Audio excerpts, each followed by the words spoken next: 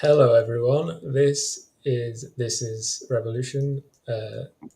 No, it's not. On This is Revolution and GTAA, this is Philosophy for the People with Ben Burgis and Stefan Bertram. And kind of for the first time, we have a guest. We do. It's exciting. So it goes along with the essay for this week. Normally, you and I talk about whatever essay I have written that week. But this time we have a guest essay, which is a response from Tibor Rutar, who is the person I was responding to in the essay from last week. And, if you want to be really dogged and determined about doing all your homework here, there I was responding to an article that he wrote for Ario magazine. So you'll get the fullest impression of things if you read all three. But we technically had a guest before, which was when Ben wasn't here for a few weeks. So I decided to just do a show with Doug, and then actually Varn was in the chat, and we're like, get Varn on. And so we had Varn and Doug. But apart from that, we haven't had a guest. Exactly. And I should say also that even if you haven't done all that reading, one of the virtues of Tibor's essay this week is it really does stand on its own, right? Even if you hadn't read his original essay. I think it focuses on a different issue to your one last week, which is useful because I think the issue that Tibor talks about in the essay this week is the one I found most interesting from last week. Oh, let's do it. Hello, guys. Happy to have you here. Thanks for having me. This week we have an essay which is, kind of recounting in part kind of a personal, kind of intellectual journey of Tibor, but also focusing, I think, very much on this kind of historical question and some kind of quite thorny historical questions, kind of like deep in the Marxist literature, where there's a lot of disagreement between Marxists themselves. I was going to say this is probably going to be the most kind of sedate and boring argument about Marxism on YouTube because we're all philosophers. But then I was like, wait, Tibor seems like a sociologist. And I was like, wait, I'm a sociologist. Oh, wow. So maybe actually, this is actually a majoritarian sociologist. We're taking over. Fair enough. So, Tibor, do you want to introduce your essay and, either talk about kind of your journey or just start off on historical stuff, depending on how you want to do it? Sure. What I try to do in the essay, I think, is, and I was prompted to do this by Ben's thinking on the matter. I think he landed some criticisms, or some of his criticisms landed of my Ario piece. I thought that maybe I should say to your audience that we can look at Marxism, we can view Marxism either as a grand paradigm, which is inextricably tied to historical materialism as a theory of history or a theory of social forms. And then we can have all of those discussions that you mentioned about, well, does the theory of history really hold up? Does Cohen's rendition of it hold up? Do the various critiques or reconstructions by his colleagues hold up? So what do we think about that? And then if we put that to one side, we could also view Marxism in more, I guess, weak terms, or more pragmatist terms, that is, as an assemblage of various concepts and mechanisms that any sociologist, I guess, can use if those concepts turn out to be correct. Like, I don't know, the idea of exploitation, maybe some of the general laws of capitalist accumulation that Marx lays out in the 25th chapter of first volume of Capital.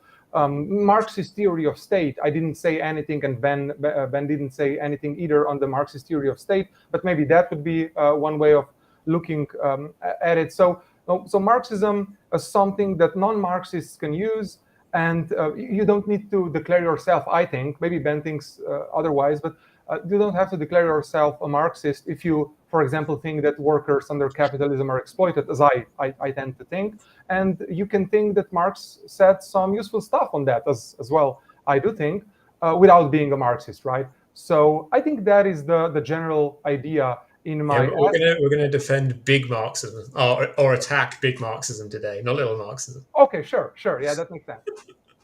Yeah, I mean, I think that look, it's certainly, I'm not that invested in the word. I take it that the word is a sort of useful shorthand for gesturing at things that actually matter. But yeah, I mean, I think that that like it's a really it's a nicely structured essay. I think it makes things very very clear. I think it's much there are definitely parts of your view that are much clearer to me. And would be even if we hadn't talked on Monday. From this essay that wouldn't have been from the Ario essay. And I am curious at a few points how some of the claims in the two relate to each other. I think there might be an interesting discussion to be had about that. But yeah, I mean, I should also say, even though it's a little bit of a different subject from the main one that we're talking about, just to give people sort of a good idea of where you're coming from. I mean, I was almost thinking, as you're saying, workers are exploited under capitalism, and in the Ario essay, I kind of got the impression that you thought that this was true, sort of in some cases, or sort of very contingently as a result of like state failure. But in the Philosophy for the People essay, I think I think you do embrace a much more general claim, right? But the analogy I was almost thinking about is it's like the Buddha's noble truths, right? All life is suffering. Suffering can be overcome, right? So in this case, the Marxist noble truth you maybe accept is that workers are exploited under capitalism. But then the second question is, okay, can that be overcome? And that might be where there are interesting disagreements, and maybe one of the places where the rubber meets the road, because you do say, I think very correctly at the beginning of the essay, that that one shouldn't sort of sign on to Marxism's descriptive claims out of loyalty to the to like the normative goal of socialism. And that seems totally right to me. That you could obviously, there were socialists before Marx. You could obviously be a socialist without being a Marxist. I mean, like, what this is supposed to be is a descriptive framework that's supposed to help you understand the world in ways that are helpful for achieving that normative goal. But also, you don't, your sort of journey away from Marxism has been fairly complete. It hasn't taken you to the right wing. You're still a social democrat, but it's and it hasn't even taken you entirely away from like descriptive materialism. But it has taken you away both from the sort of central descriptive claims of Marxism, or at least some big important ones, and also away from the normative goal that grounds it all, right? Like you had in our discussion on Monday, you had one of the books you recommended was Lane Kenworthy, I believe, Would Democratic Socialism Be Better? Which I managed to read, not the whole thing, but the first couple chapters of in preparation for today, to get a better sense of where you're coming from. And that's an explicit argument that the sort of, best of all possible worlds, or at least if it's not in some ultimate sense, the sort of realistically best of all possible worlds, maybe, is basically capitalism with social democratic characteristics, right? So there's a sort of parallel motion on the level of political goals from where they were, where your political goals were in, like, say, 2013, extremely Marxist Tibor, to where they are now, and in descriptive framework from Marxism to this kind of post-Marxist, very Weber-influenced, kind of broadly materialist, but not really in the grandiose way that Marxism is, view that you would hold now. I think that you laid it out perfectly. In response, I think I would say I would follow your structure, and I would say first that descriptively, I guess, and this comes across, I think, in the essay as well, what most bothers me now, or has been bothering me for the past 5 years, is the idea of the causal or explanatory primacy of class. I either don't know what that means, if it's vague enough, or if it's made more precise. I think it falls into the trap of reductionism or determinism. So we can explore that. And we could even, when I was reading up for our conversation today, we could delve a bit into the issue of the Marxist theory of the state, because I guess that was one of the more convincing ideas behind the principle of explanatory primacy of class, aside from the theory of social forms, which I cover in the essay, that convinced me in the past, the Marxist theory of the state, that the economic sort of predominates, or class relations are more important than anything else for the social dynamic in capitalism. So that's one thing.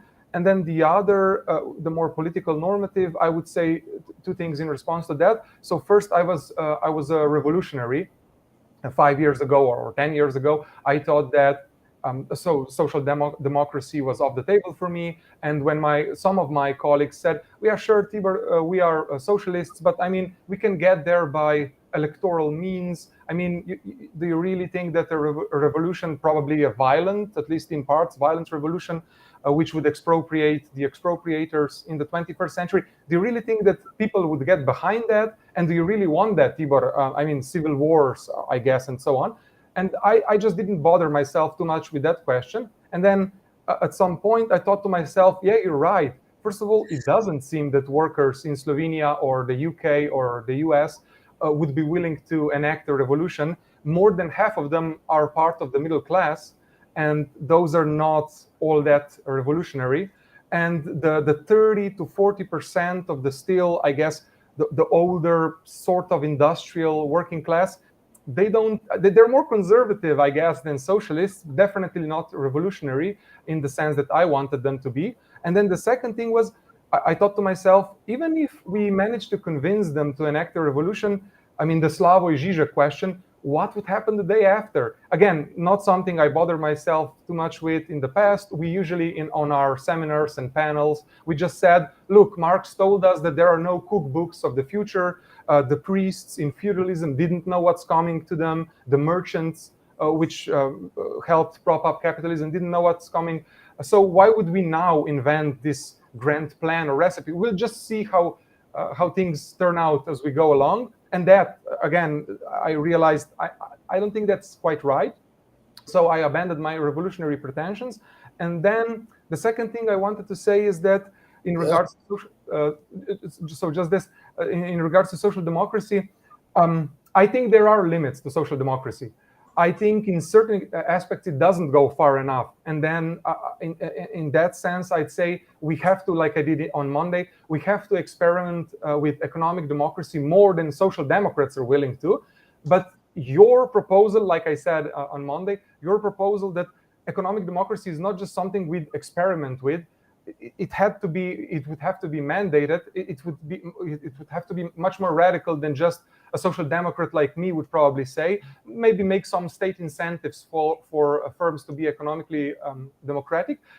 Again, there I start asking myself as a faculty professor, God damn it, I sort of am right now, quote unquote, enjoying economic democracy as a faculty professor, and I freaking hate it. I am with you there, right? So I will say, I've actually said this many times in the last 80 years that I have that the experience, not that I've had to in recently, right? But back in the period of my life when I did, the experience of sitting through faculty meetings has actually reshaped my ideas about what socialism could or should be like. I think that I actually take. In fact, I will say. Another clever Slovenian has a good lecture that you can find on YouTube called "A Plea for Bureaucratic Socialism," where he makes the point, for example, that he doesn't want to go to mass meetings to have a radical democratic control over how the water, sewer, and electric systems work. He wants his relationship with these things to be never having to think about them.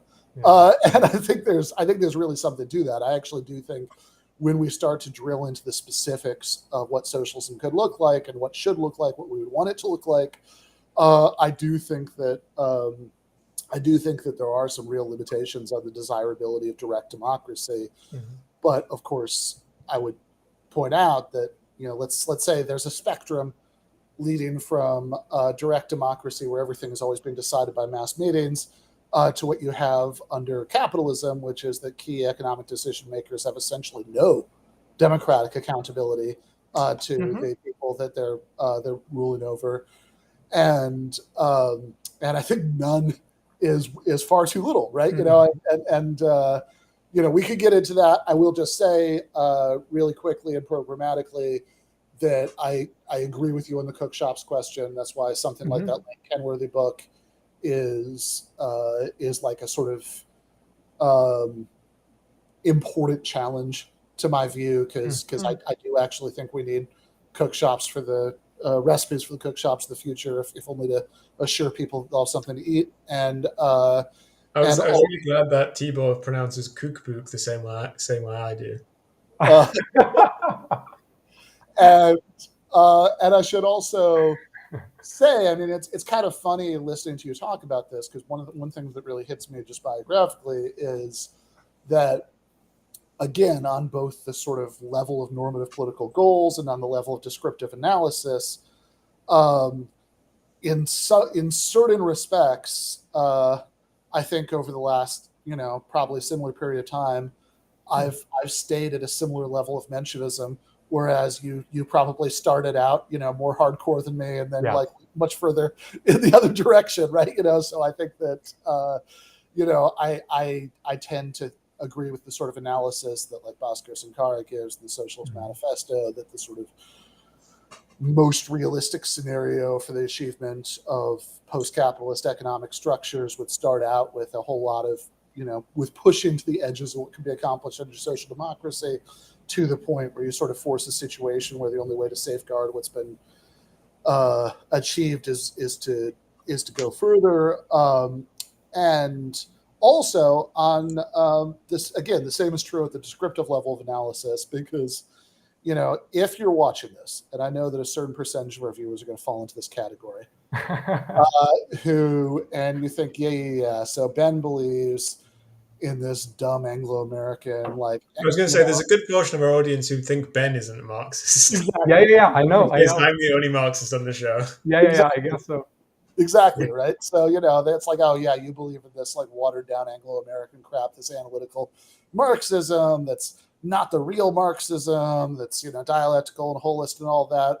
And one thing I would say, I'll skip the defense of myself for another time and just go to you, is that on this question, one of the things that makes you an interesting interlocutor is that your sort of journey on this has kind of passed through both. That something you, I think, say in the guest post on the Substack, and certainly I've heard you say otherwise. You do say it in the Substack, right? Is you're somebody who really knows your value theory literature. You've all of the stuff that that portion of our audience is convinced that I haven't properly absorbed and should agree with if I had your Heinrich and Kleiman and all that stuff, right? This was also a big thing in your stage of development, right? So so in fact, I think you kind of started out there before discovering like analytical and political Marxism. Mm-hmm. Yeah, exactly. Although I think the audience will not be satisfied with my reasons for abandoning that part of Marxism, because I started abandoning it under the influence of political and analytical Marxism. It just didn't seem, when I read those guys, just didn't seem analytical enough or empirically grounded enough. And in 2012, I adored Isaac Illich Rubin and his essays on the theory of value. And then going over them again a few years later under the influence of Eric Wright or John Romer or John Elster, I have to say that they were one of the reasons why I abandoned that part of the project. So I guess analytical Marxism corrupted me in that sense. But I never took seriously, I guess like you, Ben, I never took seriously complaints that analytical Marxism is neither analytical, neither Marxism, or it is bourgeois Marxism. Some of my colleagues at the time, so 5-7 years ago, they've written a few books, and in those books they say, and then you have this other school of Anglo-Saxon positivist analytical Marxism who are basically just bourgeois protectors of the middle class. And I don't know, just my personality, this disposition, I guess, never made me amenable to those kind of arguments. So I don't know if I'm the correct intermediary here. I think I'm too much on your side for me to offer you protection. I'm just saying, at the very least, nobody should get the impression that you are, you're rejecting this because you haven't been exposed to the real uncut, pure Colombian Marxism. That's definitely true. Yeah. That's not at all the case. So yeah, I mean, I think there are a couple of ways that this could go. Mm-hmm. We could, I'm very happy to recap some of the history stuff we were arguing about on Monday.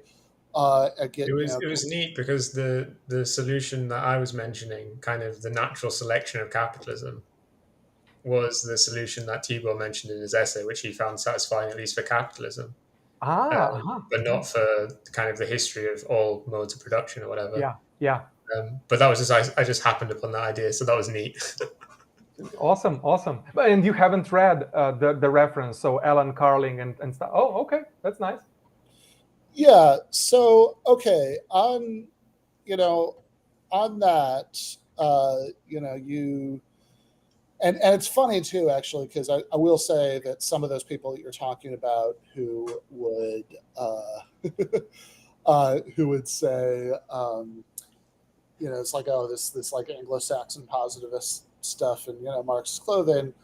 I think that would be very untroubled by some of the questions that you're concerned about the theory of history, but because I don't agree with them, I think you're right to be troubled by them, and I think that in particular, in my experience, at least some of those people will sort of shrug on some of the primacy questions and say, well, they're dialectically, interrelated, and that's sort of all you have to say.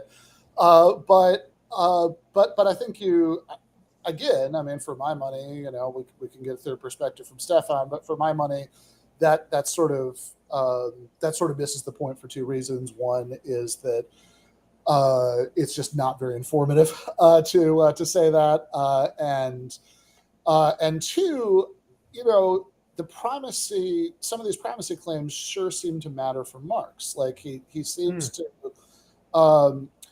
certainly, we mean a couple different things by the theory of history, which is also, I think, comes out a little bit in this essay, and I think that you state the claim more strongly than I would, and so that might be part of our difference. But you say that there's sort of that the class relations are going to be in some important way the kind of primary explanation of any kind of macro level sort of big phenomenon, which I think certainly, if what you mean by Marxist theory of history is primarily what Cohen is talking about in Karl Marx's theory of history, what that, that's primarily taken from that kind of canonical expression in that 1859 preface. And that doesn't claim that, right? What that claims is two things. One is that the class relations are going to be the sort of big driving explanation of why you have a certain set of legal and political institutions. And two is that those class relations themselves are going to be primarily driven by the development of the forces of production, which, neither of those is quite this, is quite as strong as saying like sort of any big macro development will be primarily explained in that. Now, I think that if you accept this sort of more strictly delineated view, it would be reasonable to expect that, look, if this is the primary thing that's driving these sort of massively important changes in the whole foundations of society, then it's a reasonable expectation that they're going to at least tell us a lot about any given macro level phenomenon. But I don't think you necessarily need to have the sort of primacy claim there in every case. But maybe this is just cope. Let's go to you to kind of get some thoughts on that.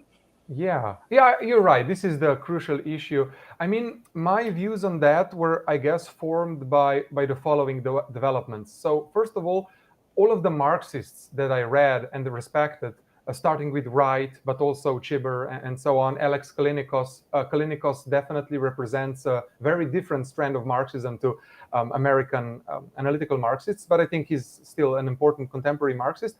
All of them constantly disparaged neo-Weberians like Michael Mann and others, and constantly just drilled in my head that we have to defeat the neo-Weberians, who are just these methodological pluralists who say, yeah, class is important sometimes, but other times it's not important, and so on. And so I really, when writing my PhD and in my books and my articles, I really just always had this shadow of neo-Weberians. How can we show that they're mistaken, that class, of course, it's not reductively important, but it's much more important than they say. Let's leave it at that. So that's one thing. The other thing is that neo-Weberians themselves, if you go, for example, read Michael Mann's volume 4 of The Sources of Social Power, at the end he says, let's settle the issue of ultimate determination. In my other volumes, I didn't say anything on that. The reader could glean my thoughts on the matter from my empirical observations, but let me now make a statement. And he makes the following statement. He says,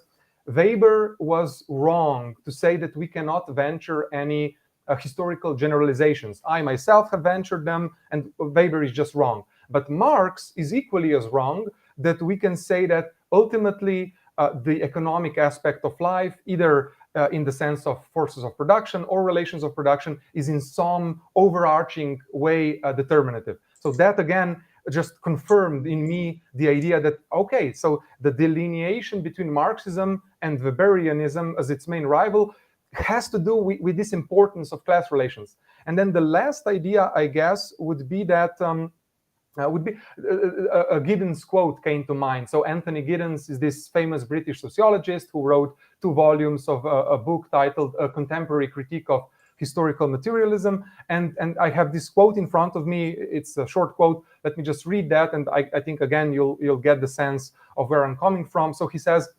Marxist writers these days are much less prone than once was the case to engage in crude forms of class reductionism, but there does seem to be a bottom line, according to which to be a Marxist at all, at some level, the thesis of the primacy of class must be sustained. For me, such a position is inherently far too limiting.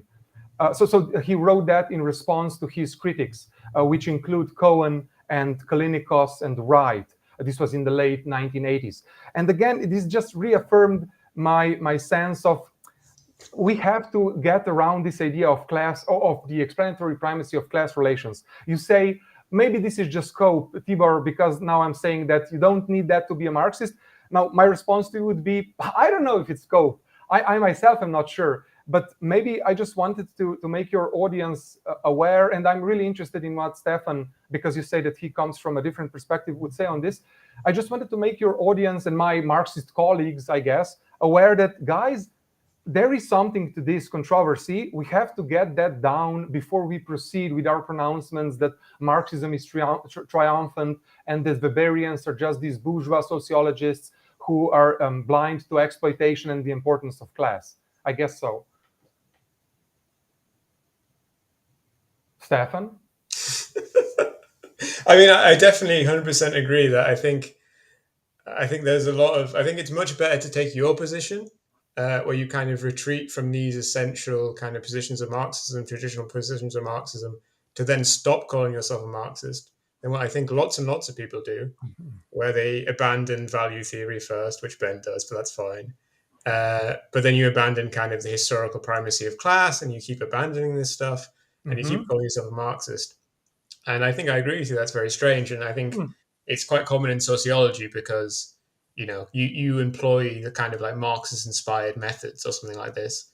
But in the end, that's not enough. I think I agree with you to make you a Marxist.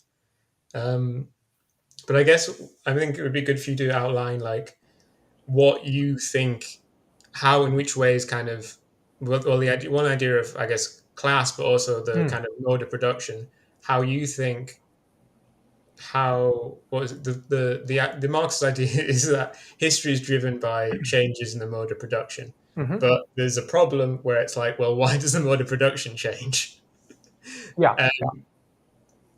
And kind of one idea which was mentioned is kind of, methods of production proliferate, say, and there's some kind of natural selection by states which adopt certain methods which incline them towards capitalism, can then do brutal global imperialism and defeat everyone else and transform various slave societies and feudal societies into capitalist societies. And that basically what seemed to happen in our world. That kind of capitalism emerged somewhere and was just so much brutally better than everything else. I mean, you do say in the essay, you kind of emphasize in some ways the non-brutal parts of capitalism, and I agree with you. You talk about spread democracy and so on. I'm a real Marxist, so I think capitalism is great too. It's the second best idea anyone's ever came up with. But I guess it would be good for you to outline why you think this explanation of succeeds here, or if it does succeed here, but it doesn't fail to rescue historical materialism in general, because it empirically there isn't this evidence. I think you were suggesting for like transitions between other modes of production and not just feudalism to capitalism. Yeah, and again, this is weird because political Marxists like Ben Otashki, I think at Sussex, and Hannes Lacher, who is in Canada, in Toronto, I think, reading their historical sociology, which is inspired by Ellen Meiksins Wood and by Robert Brenner, they go to great lengths, both theoretically and empirically, to show that in pre-capitalist times, the differences in the sophistication of technology and the productive capacity of the economy are just not large enough so that, for example, feudal modes of production would outcompete tributary modes of production, or vice versa, or that slavery would get outcompeted. They just say, look, that doesn't work, that is too Cohenite. What we would in place say is that class struggle, the contingencies of class struggle is what determines these transitions. So in a sense, we have a non-determinist theory. We just say, look, peasants will resist lords and kings, and slaves will resist slaveholders. And then sometimes some of those groups win out, and they win out in different ways.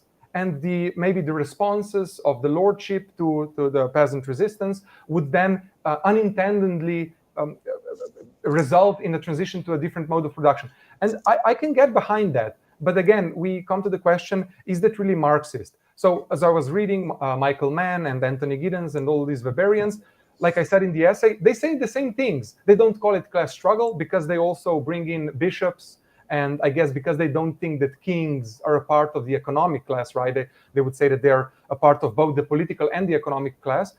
Knights and so on. So they bring in many other actors than just lords and peasants or slaves and slaveholders. And that made me think, okay, maybe I shouldn't call this class struggle, although let's keep calling it class struggle, for example. And then another question popped up, and that is also evident in what you were just saying, Stefan, and that is, wait, why do we even categorize societies by their mode of production? That would make sense in the capitalist times, right? Because the mode of production is so immensely powerful that this process of natural selection kicks in. Sure, but in pre-capitalist societies, why do we say that our framework, that our overarching framework is based in modes of production? Why not modes of persuasion or modes of political centralization, decentralization? So tributary society. Or stuff explaining in terms of states, right? Exactly. So that, again, coming from a Marxist angle, made me think, at least in pre-capitalist society, am I unwittingly, and have I been unwittingly all this time, a Weberian? And if not, what is the criterion that would make my Weberian colleagues drop their jaws on the table and say, God damn it, Tibor, yeah, you're right, we fucked up. We Weberians are actually Marxists in disguise, not vice versa. So that would be one issue. Now, the other thing we could explore, but this is then relegated to the capitalist times, is like I mentioned before, the Marxist theory of state, because that was another big, I think, argument for me when I was a Marxist to keep insisting on this idea of the primacy of class relations. I thought to myself, wait, isn't at least in capitalism the case that the economic sphere has a more fundamental influence on politics than vice versa? Because economics, the mode of production, limits what is capable, what state managers can do, what state policy can actually achieve because of business confidence, right? A big influence on me in this regard was Fred Bloch's essay, The Ruling Class Does Not Rule, which was reproduced, I think, a year ago in Jacobin. And that just resonated with me. Wait, so state managers in the final instance have to defer to whom?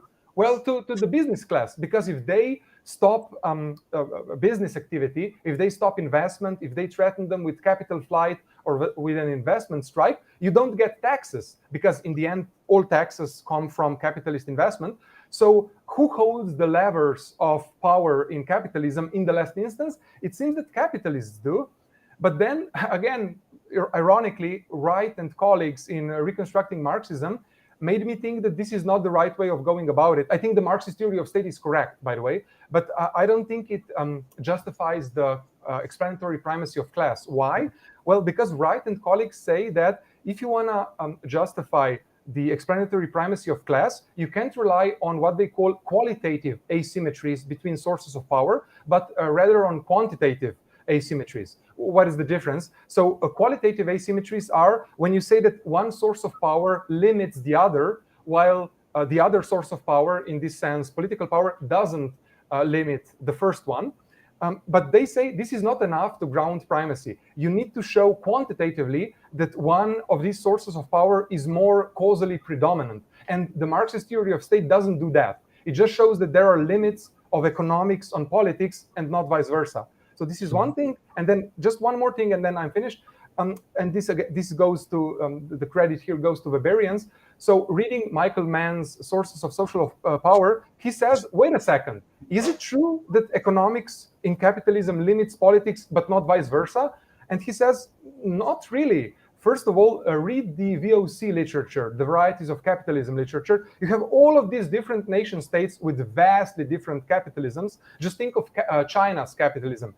In China, it seems prima facie that political state managers are more important in the last instance than capitalists. They hold the levers of the state. In Western democracies, it might be different. But again, this made me realize, wait, yeah, you're right. The economic sphere is not necessarily the limit of the political sphere, and not vice versa.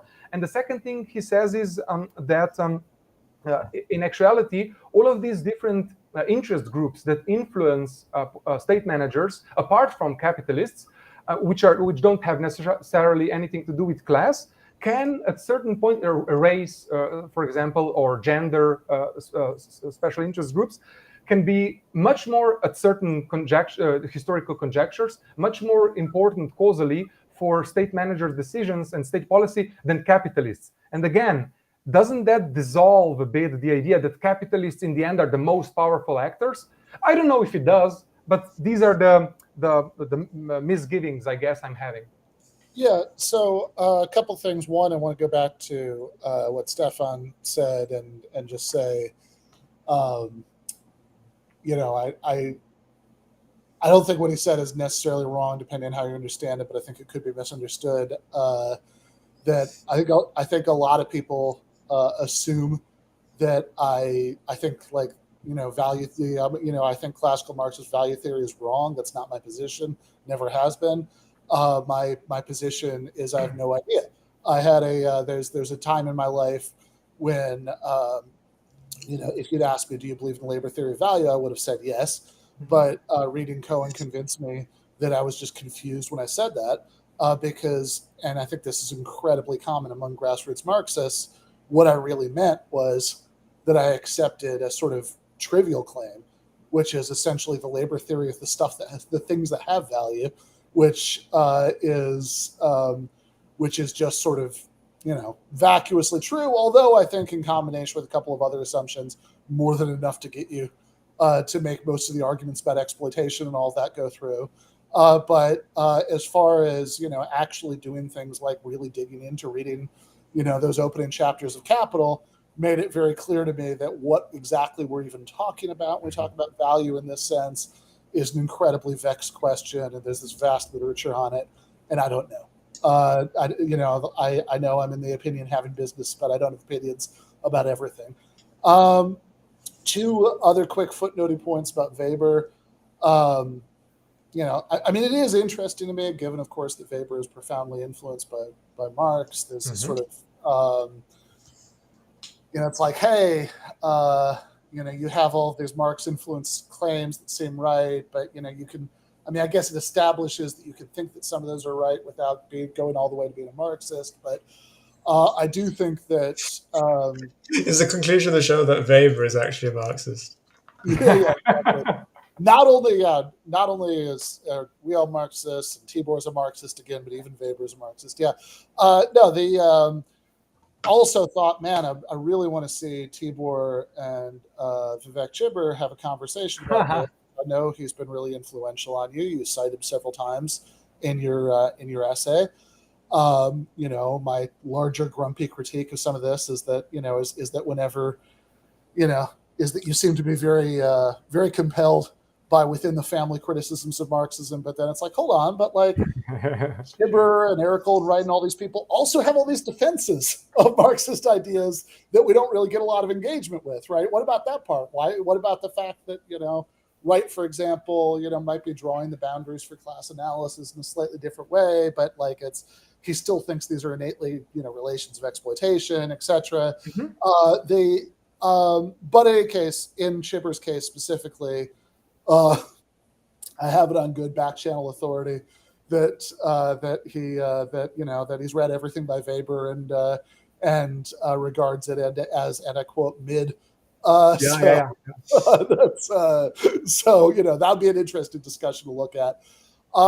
Really quickly, more substantively though, on what you're saying about the theory of history and sort of whether explanations that because you said for the transition of feudalism to capitalism, you think this sort of geopolitical competition explanation makes a lot of sense.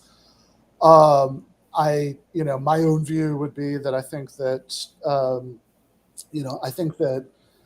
there are enough different ways that advance that, like one system doing a better job than another system of unleashing the forces of production can lead different countries to adopt it over time.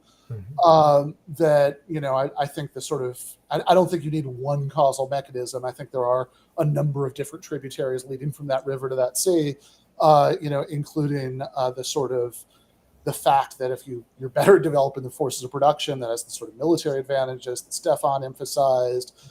The fact that there's a sort of obvious incentive for people who might hold power within other systems to turn themselves from, aristocrats to capitalists, for example, because they know that they'll be able to personally benefit from these advances, to the desire to trade with people who are already capitalists, et cetera, et cetera. There are lots of them. I think geopolitical competition can capture a bunch of them. I'm not sure it's like the singular thing for all of it. And I would argue that you do have, certainly, at least if you have a 4-stage schematic, right? So the way that, people who've seen, like, I don't know, they had these in like Soviet classrooms and stuff, that sort of chart with like primitive communism and slavery, feudalism and capitalism. And if you have like a really accurate chart, you might also do something about the no longer politically correct term Asiatic despotism, put that somewhere in there, but if you certainly, at least if you simplify it, and I have mixed feelings, but in the 2000 edition of Karl Marx's Theory of History, Cohen sort of suggests this at one point. It's not clear to me how committed he is to it, right? But certainly, at least if you simplify that to a 4-stage schematic of primitive communism, pre-capitalist class society, capitalism, and socialism, that the sort of the 3 transitions that you would have are primitive communism to pre-capitalist class society to capitalism, and inshallah, capitalism to socialism. Then I think it is certainly plausible with regard to both of the first two, that there are any number of these advantages. That if you have if you have settled societies that are building a lot up through extraction, exploitation, in various sort of slave and tributary sort of forms, that does give you various advantages. I mean, it's not just a sort of weird fluke that there are so few hunter-gatherers left in the world, and there were so few hunter-gatherers left in the world, relatively speaking, at least, other than in my part of the world, because Europeans hadn't gotten there yet, but before the rise of capitalism, that there is a sort of systematic advantage of pre-capitalist class societies over hunter-gatherer kind of primitive communism that helped to lead that to flourish. We've sort of agreed on feudalism to capitalism, and then I guess the complicated remaining case would be capitalism to socialism. But last point about this, on the okay, but is it Marxism question, at least for the question of, is the sort of thing to be explained here, the sort of way the process plays out in individual countries, the way, for example, capitalism gets its initial foothold in England, or is the thing to be explained why, in that example, capitalism becomes the globally predominant mode of production. And look, I can understand how somebody could, interpret this textual evidence differently, but I would at least point out on Marx grounds that there is at least some reason to think that Marx understood the claim about transition between modes of production in that second way. And so what I'm thinking about here is the third transition, the transition from capitalism to socialism, and in particular Marx's late writings on Russia, his letter to Veroslav Sulich, the introduction to the 1880 whatever it was edition of the Communist Manifesto in Russian, where he these places where he says, yeah, sure, there's nothing inevitable about Russia following the same developmental path as Western Europe. It could be the case that these peasant communes in Russia, that they could like skip straight from that to socialism, if a revolution in Russia is a signal for a revolution everywhere else. So you have essentially, the idea would seem to be that this sort of peasant commune proto-socialism in Russia gets hooked up to and integrated to this technologically advanced industrialized socialism coming from Western Europe. And, whatever else you want to say about that, and, whether there was any scenario where he could have been right about it or whatever, it's certainly, the idea there does seem to be I mean, you can take that in two ways, at least two ways. One is you can take that, and to be fair, I think this is the way that probably a lot of people do, as Marx retreating somewhat from his historical determinism. Right. I think the last time we talked about this, I said, this was Marx not being Marxist enough, and also he was wrong. So he should have been Marxist. I mean, I think he was probably wrong, right? But I'm going to push back a little bit against these. This is Marx not being Marxist enough, because if you take the thing to be explained in the theory of transitions between modes of production as being the global level question, right? Then this is Marx still being fairly Marxist. That it's because he's not retreating from the claim that you need this advanced industrial development to have global socialism. He's just saying that the way that things play out in different individual countries, that there's no particular guarantee. There are no particular guarantees about that. I think my solution to kind of the point that Tibor points out of feudalism not seeming kind of historically to be, to overcome in general slave societies, or however you want to term it, is just to sacrifice feudalism. I'm very happy to sacrifice feudalism as like a real mode of production. Like, I think it's fake. This might be a time when Marx was actually being Eurocentric. So fake production was that? Well, it never became a global system. I think feudalism was just like a contingent kind of thing which happened in some places in the world. And each instance of feudalism that we call feudalism isn't actually that similar to each other. True. Can I just ask a quick clarificatory question about that? When you say that, is the idea that feudalism isn't sort of a robustly independent mode of production as opposed to ancient slave societies, etc.? In other words, that it's all kind of the same big thing? Or is the idea like some sort of pre-capitalist equivalent of like the Hillel Tickton kind of view about the Soviet Union, that there's like no mode of production, it hasn't settled on one yet, something like that?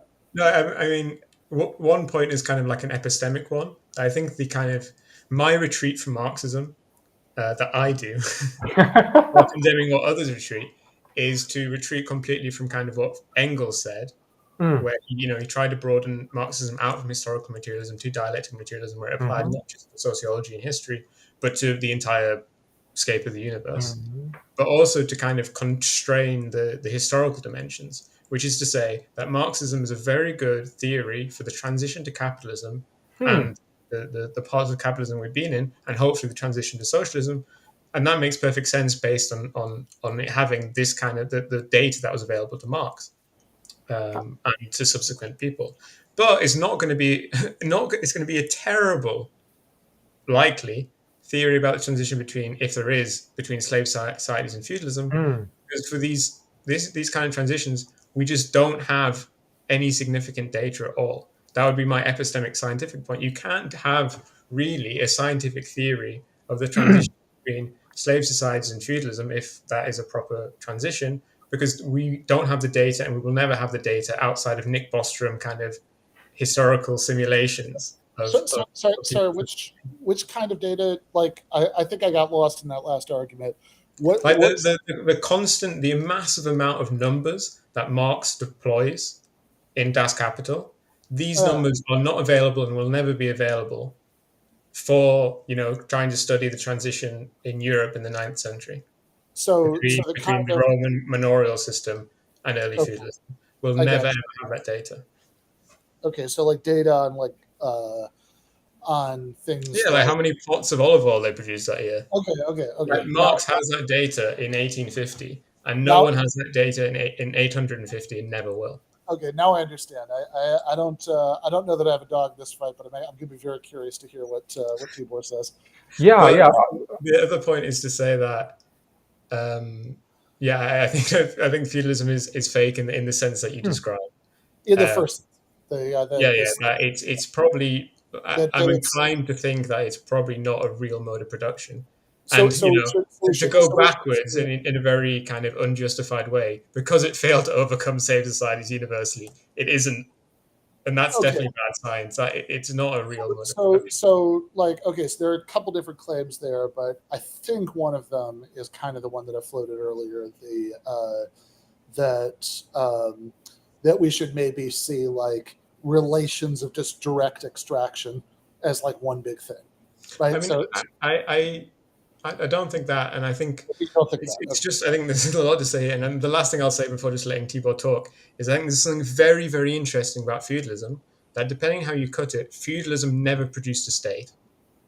Or if there was like if the French absolutists were a state, then it was like a late transition of feudalism out of feudalism. But slave societies produced long-standing, centuries-long states. The Roman state and the Chinese state, which, depending on how you cut it, lasted a very, very long time, is the longest state period of history, happened within slave societies. And surely states, we like states and capitalism, they seem very important together. And there's obviously all these theories about could China or Rome, under the right circumstances, have transitioned from slave society to capitalism. And yeah, so that's not much of a definitive statement, but that's kind of how I've started to think about these things very recently. I was literally talking about it yesterday. Okay.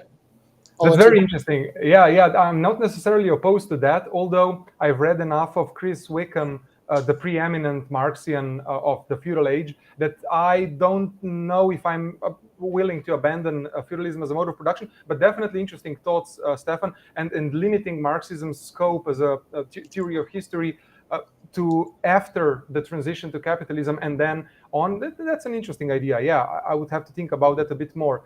Now, I have a few comments on what both of you said. So, with regards to the theory of history and what Ben was saying, maybe primitive communism is exactly the type of society, we have to admit that represents 200,000 years of human history or prehistory, right? Sure. Before the emergence of classes and so on. So a big chunk of history. I think that precisely the fact that hunter-gatherers don't seem to have this pervasive tendency of which Cohen speaks, this human, the philosophical anthropology of saying that there is an interest in reducing the burden of toil by increasing productive capacity, one of the main mechanisms with which Cohen undergirds his theory.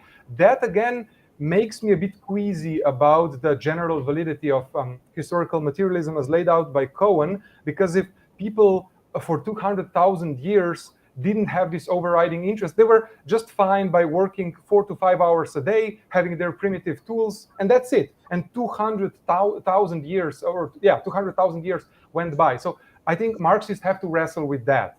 Then another thing is, again, I would blame Marxists for deconverting me. Robert Brenner was the guy that mostly influenced me in my thinking about pre-capitalist societies, and his constant emphasis how these societies are almost completely technologically stagnant.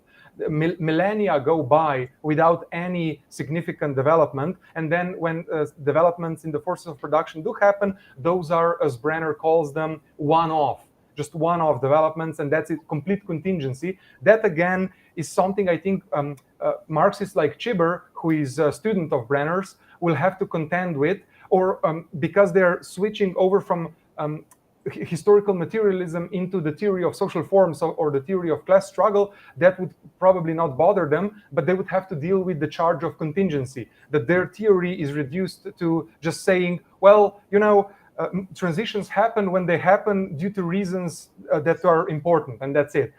I think they can maybe overcome that contention, but it's interesting to note how Marxists themselves, in a way, maybe perhaps shot themselves in the foot by emphasizing how stagnant pre-capitalist societies are, although I think Brenner is completely empirically correct, and I still do hold to that.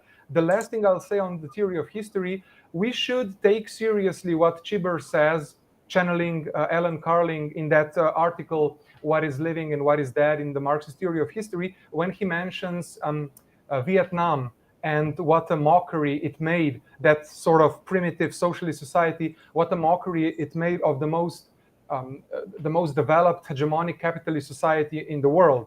That is the US, right? The US lost the war against North Vietnam. And of course, one can say, well, a society defeating a primitive society defeating a technologically extremely sophisticated society, those are rare. Yeah, sure, but again, if we find enough instances of that, and I think in history, especially in pre-capitalist history, there's loads of instances of less developed societies overtaking, for at least a few thousand years, overtaking more developed societies.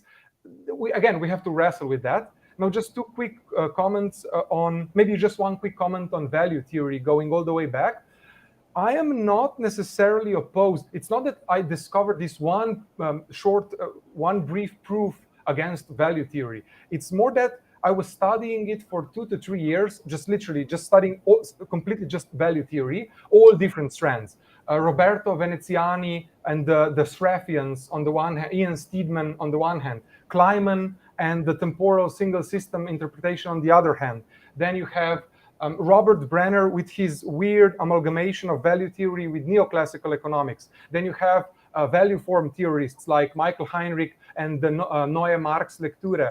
Then you have other Marxists. I realized at some point, not that I have a good argument against value theory, I was dismayed about how big of a controversy there is on value theory between Marxists, how they can't basically agree on anything, and how hostile they are one to another. How Kleiman just completely despises Brenner and Ian Steedman and the Sraffians, and not just that they're not Marxist, but they're completely mistaken in their interpretation of Marx, which I would say, come on, dude. I mean, they probably got some bits correct, and they return fire in a similar way. And I guess I'm trying to say that I backed off from value theory, and I have no inclination of going back in, simply because there's so much confusion, disagreement, and especially interpretive, exegetical disagreement, and that just, it puts me off, right? What Marx really said in chapter 4 of the Theories of Surplus Value in an unpublished manuscript where he has some algebra, I don't know if that's productive. Yeah, I definitely get that. So I did have just since I know it's even later in Slovenia than it is in the UK, and so I know our time together is coming to an end, and I want to make sure I slipped this in before we got there. I mean, I did just had a bigger picture, question, I guess, about something you said a while ago, which is okay.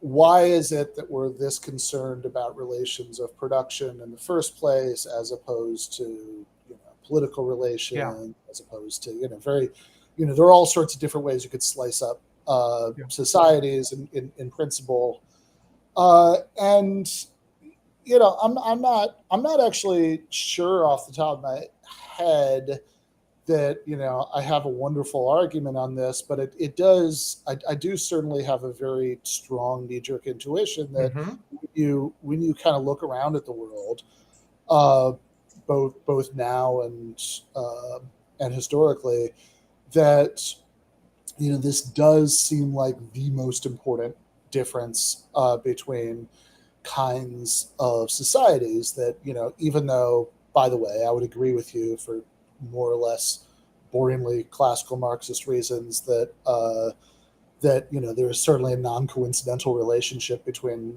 capitalism and the spread of democracy. That there's a reason you don't get a lot of democracy plus feudalism, but you look around at the current state societies, though.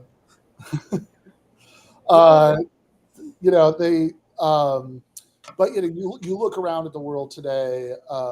Yes, some democracy in slave societies, although I think non-coincidental limitations on that compared to what's made possible under a different mode of production. But certainly you look around the capitalist world today, and you see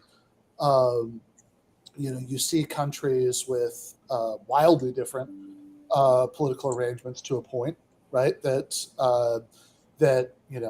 certainly. You have many cases now or recently where capitalist production relations are combined with democracy or combined with military dictatorship, are combined with Islamic theocracy, are combined with all sorts of things. I mean, to a point actually that it creates its own headaches, right, for a Marxist analysis, which I know is something you'd emphasize, but you do see quite a bit of variation. I would argue that it's variation within certain limits or whatever, but that's not the point for right now. That you do see a lot of variation in political forms, but it does certainly feel, at least to me, like there is this big fundamental thing that all of these societies have in common, and that they have not in common with earlier forms of class society, that they have not in common with the sort of socialism some of us might hope would replace it. That if you think about feudalism or other kinds of directly extractive economies, there does seem to be this really massively important thing that has not in common with capitalism, or with primitive communism, and that does seem like I don't know. I mean, I'm worried that this is just going to come out, foot banging, shoe banging, right? That like I'm just, but gosh, doesn't that seem really basic and fundamental? Yeah, that makes sense. Ben, I would say this was my same intuition, and the reason I decided to do a PhD from a Marxist perspective, explicitly arguing against Weberians. I would just add that reading all of those thousands of pages written by, again, Anthony Giddens, Michael Mann, Walter Runciman, even people like Joseph Henrich.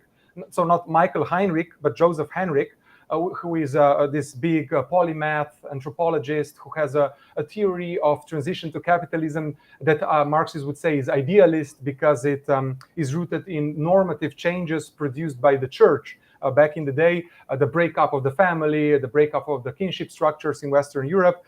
We don't need to get into that, but reading just thousands and thousands of pages over years of historical sociology, non-Marxist historical sociology, just made me think maybe class relations, very important, but maybe roughly as important as, for example, political relations and other sources of power. I wouldn't argue against you necessarily right now that you're definitely wrong, or that my intuition is now completely different than it was before. Just this, my initial intuition, without reading lots of historical sociology, that class cannot but be the most important thing, that definitely toned down and became much more soft. And that is why I guess I would not call myself a Marxist, but if a right-winger, or forget about right-wingers, if a Weberian told to me, Tibor, there are still shadows of Marxism in you, okay, that could make sense. Yeah, sure. I wouldn't disavow that. Well, what do you think, Stefan? You wanna leave it there? We got to concede the shadows. I mean, I just wanted to talk to Ben about how I think I misunderstand the theory of value. So I'm afraid that my concept of it is exactly what Ben mentioned earlier, like the idea that things have, what was it? There's a labor theory of stuff that has value that's just kind of really true. Yeah. And like you actually read the first chapter of Capital, and then especially if you start reading that complicated mass of secondary literature that Tibor is referring to. I've been there's a podcast, if you really want to dig it up, where I'm arguing with Andrew Kleiman about this, and he's a very he's a very smart guy, but he's abrasive, I think it would be fair to say. Yeah. Not as polite as us three. But yeah, look, I mean, if you start reading all this stuff, it at least starts to become very clear to me. No, I'm not going to start reading it because I'll end up not being a Marxist at the end. Okay, yeah, it's good. It's the medieval Catholic intuition. Yeah, I mean, I think there's basically like a basic idea of what, like, how value can be used to explain why some products in capitalism or successful capitalist products and why some aren't. So that's at least an empirical claim. So I think that's more that's more interesting than Mm-hmm. than the sort of than just the kind of like trivial claim about products. Again, I would argue enough in combination with some of the points that Marx makes later in Capital to sort of ground the exploitation claim all by itself. But I think that it is, and this is a real area of agreeing with me and Tibor. I mean, look, it is. There's a reason it's wildly controversial among Marxists how to even understand some of the value claims. What is it exactly that we're talking about? We talk about value. This doesn't mean, crucially, that none of the competing interpretations might be correct. Mm-hmm. This is not an argument that, hey, look, there's all this disagreement. It's really That's what people say for ethics, right? So therefore, they're just right. Yeah. wrong. At least in philosophy 101, they're like, well, there's like 4 theories of ethics, so they're clearly all wrong. That's stupid. Yeah. Yeah, exactly. So we don't want to say that, right? Mm.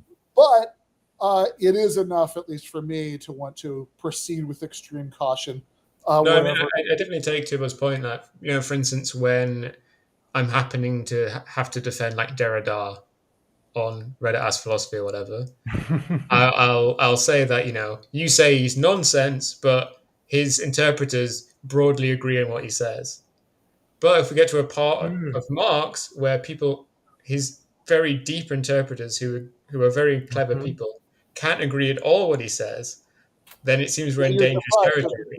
You're deprived of that argument in this. Yeah. And there could be other explanations for why that is, but it does seem dangerous in a way. Yeah. Well, good thing it comes apart from so many of the other interesting claims would be my big argument here. But yeah, I did promise Tibor that we wouldn't keep him for no, I was just going to say that me and Ben can talk about it on off air, and then maybe we'll talk about it next week. Who knows? Sure. Things happened. All right. Sounds good. Thanks, guys. This was awesome. Bye. Bye.